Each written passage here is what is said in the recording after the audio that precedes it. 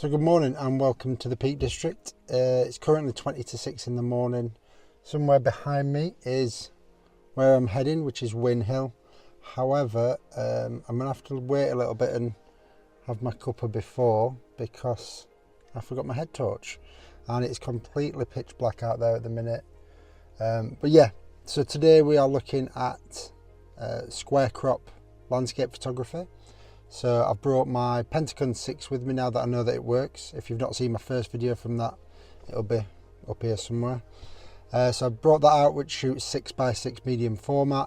But also I've brought my Sony and I'm going to put that into square crop mode and try shooting digital with a square crop as well.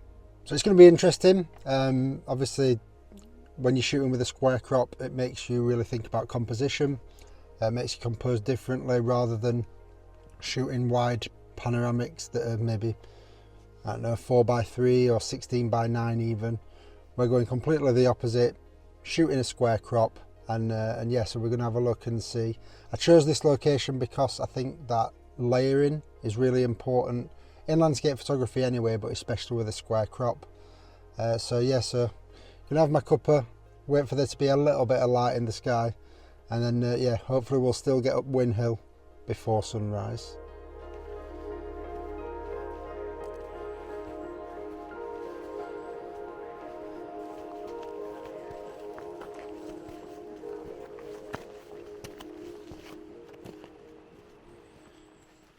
So we've got the old good news, bad news situation. Good news, got to the top of Winhill, got my breath back enough to be able to record this video, and it's light enough for me to be able to see. Bad news, as you might have guessed from behind me, and certainly if I spin round, that's the top of Winhill just there, and we cannot see a thing. So I made it up here for sunrise. Gonna have to wait for that sun to come up and burn some of this off. Yeah, no idea whether the weather's going to hold for me or not, but suppose it does give me time to stop, get my breath back, have a drink. I'm going to load some film as well. So with the Pentacon, I've got the 50mm Zeiss lens on, which is on a full frame digital camera, it's a rough equivalent of about 28mm. So on the Sony, if I just grab it here, I'm going to be shooting on the Sony with my Tamron 28 to 75, and I'm going to be shooting with that at 28mm to give pretty much an equal comparison. So in terms of film, I think I'm going to load some expired Fuji Pro 400H. It's 15 years expired, so instead of metering for it at ISO 400, I'm going to do it at 160, so a stop and a half. Not sure whether it'll work or not, but this is why we shoot film.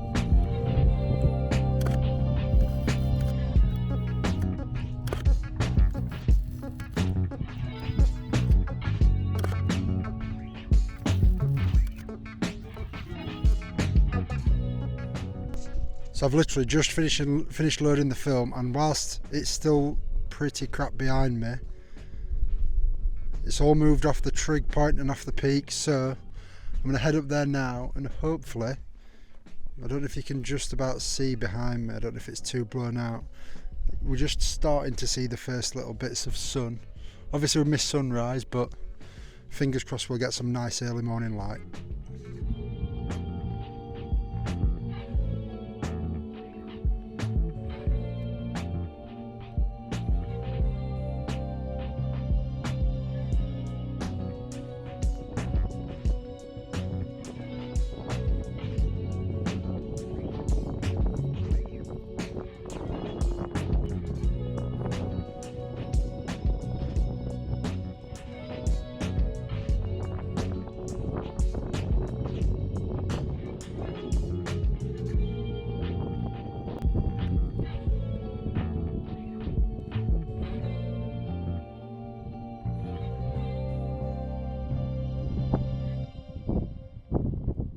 So as much as I'd love to show you the view from the top of Winhill, which normally is a spectacular view, that's all we've got. So that's the trig point just behind me. Yeah, I've been up here for about 45 minutes now. No sign of it dropping too much. There's a little bit of visibility, it's getting a bit better. But yeah, rather than waiting up here any longer, I'm going to carry on the walk, and yeah, hopefully it'll drop as we're walking. Just going to get one quick picture of the trig point now, so I'll spin around so that you can see.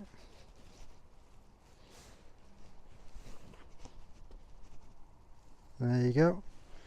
So yeah, get a quick picture and we'll carry on.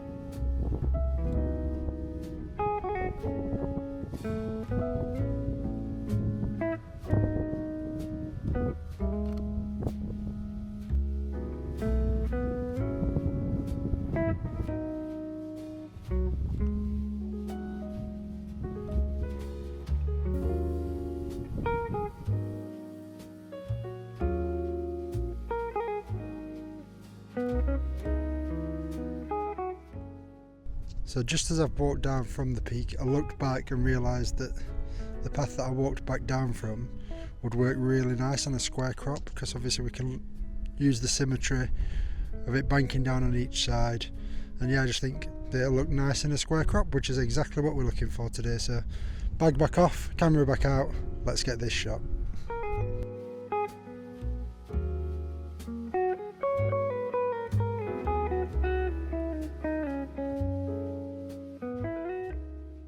So while we're just walking along the ridge line, praying for some visibility to come through, just a little kind of chat really about square crop images. So I'll be honest, I've never really shot that many square crop images. I've definitely never shot with the intention of shooting with a square crop, unless it was on a 6x6 camera. So I've got an old Lubitel 6x6 that I had, that I've shot with a few times. There's videos on the channel using that, but yeah, since getting the Pentacon, it made me think about it. Also as well, as many of you I'm sure will be, I'm a big fan of Thomas Heaton, and quite a lot of the time he'll use a square crop. I mean, admittedly he's got a Hasselblad, so you would, wouldn't you?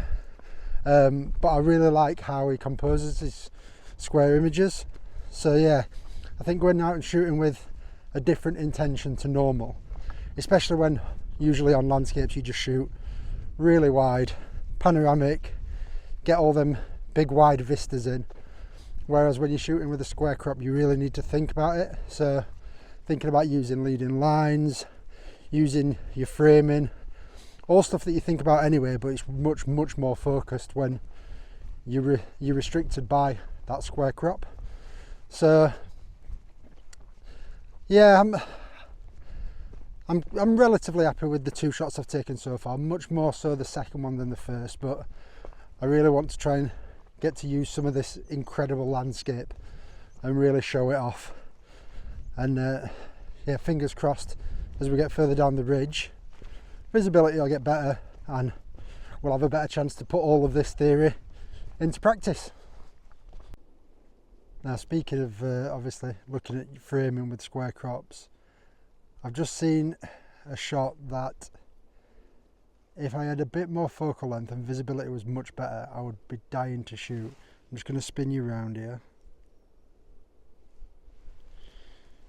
So using the wall here, you can't see because visibility is that bad, but just above my finger there is Hope Cement Works, and it's a really well known structure around here, and the light is just about hitting it, but there's too much haze in the sky, so the shot's going to be absolutely crap, and I just can't bring myself to waste a shot on film with it.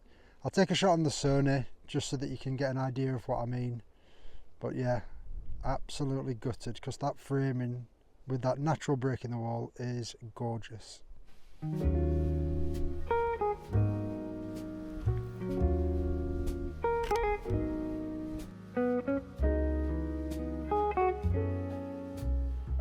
Would you believe it? The sun has actually just come out. If I spin round, you'll see it on my face. So the sun has just poked through some cloud, so I'm really hoping it can burn off some of this mist and haze. And yeah, now I'm excited, because now that bit of sun's come out, I know that we've got a chance.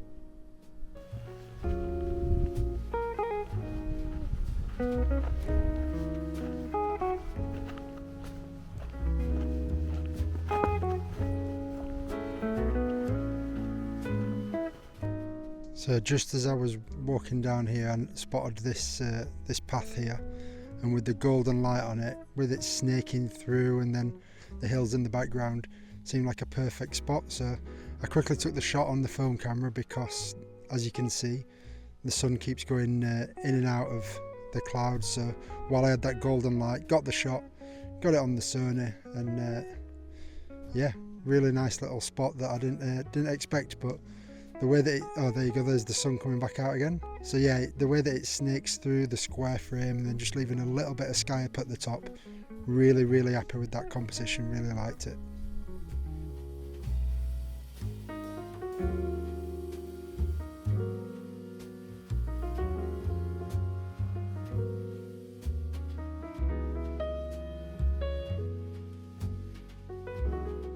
So we're off the ridge now and into the woodland. So we're heading through Woodland back down to kind of the same level that we started at, and then I'm going to basically make my way around the reservoir. So I mean, if I spin round, this woodland is just dying for some shots. Because the other thing that square crops love is symmetry. So yeah, I'm thinking with the path through the woods plus all these trees, I think we can definitely get something decent in here. Just might be a bit more difficult shooting on film.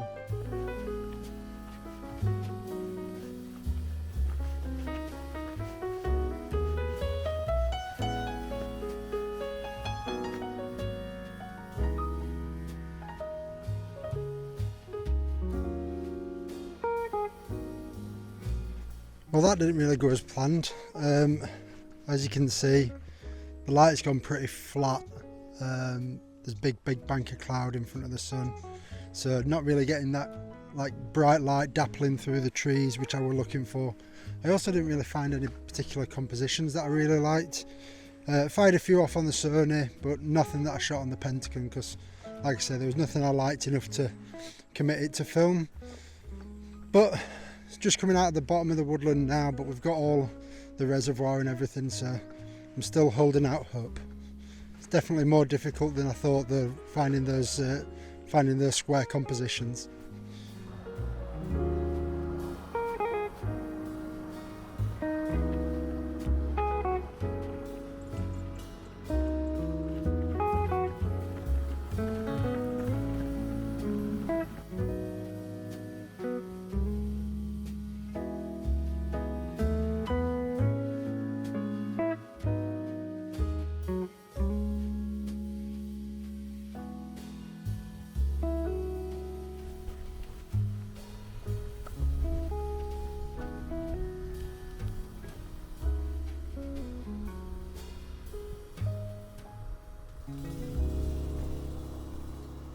So I've done quite a bit of walking since I last spoke to you, but couldn't really talk to you guys because there's a trail run going on. So I've had lots and lots of runners running past me. I've basically just been keeping to one side of the path and keeping out of the way because I am in no rush today. But as I was walking along the path, spotted a little route out to the banks of the reservoir. The banks that normally are covered in water, but the level's so low this year. And as you can see behind me, that is quite a view. Now just behind me, just there, you will see there's a fallen tree. So obviously to a photographer that just screams out subject. So I'm going to head down and see what I can frame up.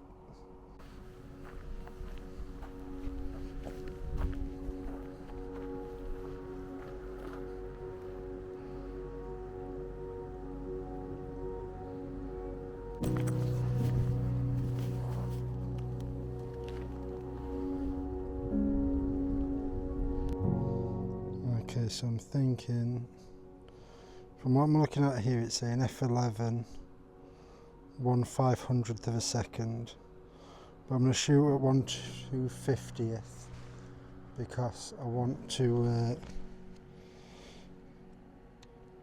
make sure that you can see this tree that I'm now going to focus on.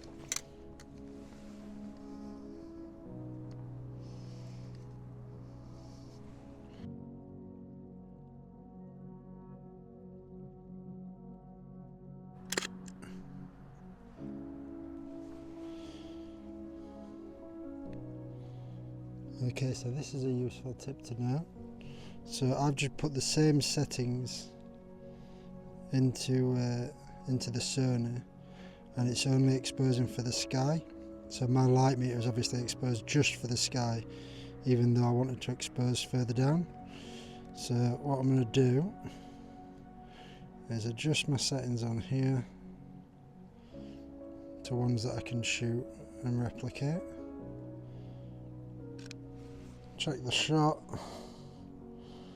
Yeah, that looks better. So what I'm going to do now is change it from f11 to f8 and from 1/250th to 1/125th, and then shoot exactly the same frame again. There we go. Fingers crossed.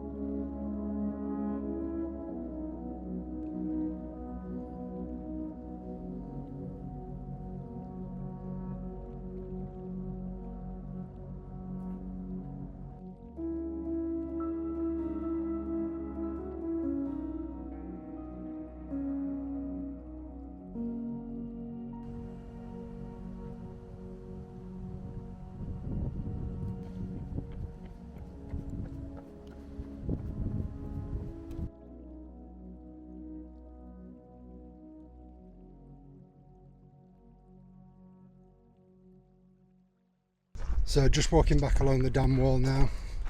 See the dam behind me. Winhill is way up above behind me. Much brighter than it was when I was walking towards it this morning. I am on top of dam wall, so apologies if there's wind. I'm trying to protect the microphone with my hand. But yeah, I've got one shot left on the Pentacon, because where I parked, you've got a great view of Ashopton Viaduct. So hopefully we'll get a little break in the clouds, get some sunlight on it. That'll be the last shot. Sorry if the camera dipped down then, I was in no man's land. But yeah, so one more shot, heading to Sheffield, get some well-deserved breakfast, drop the film off, hopefully get next day turnaround if I get there in time, and yeah, I'll see you back at the car.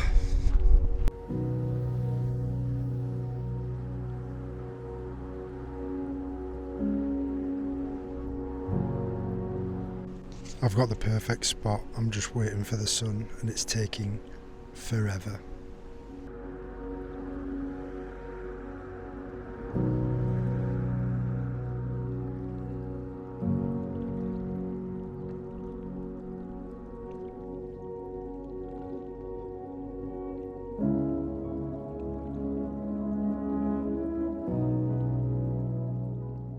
So back at the car now. I'm going to do this quickly because there's lots of cars driving past. It's a very busy road.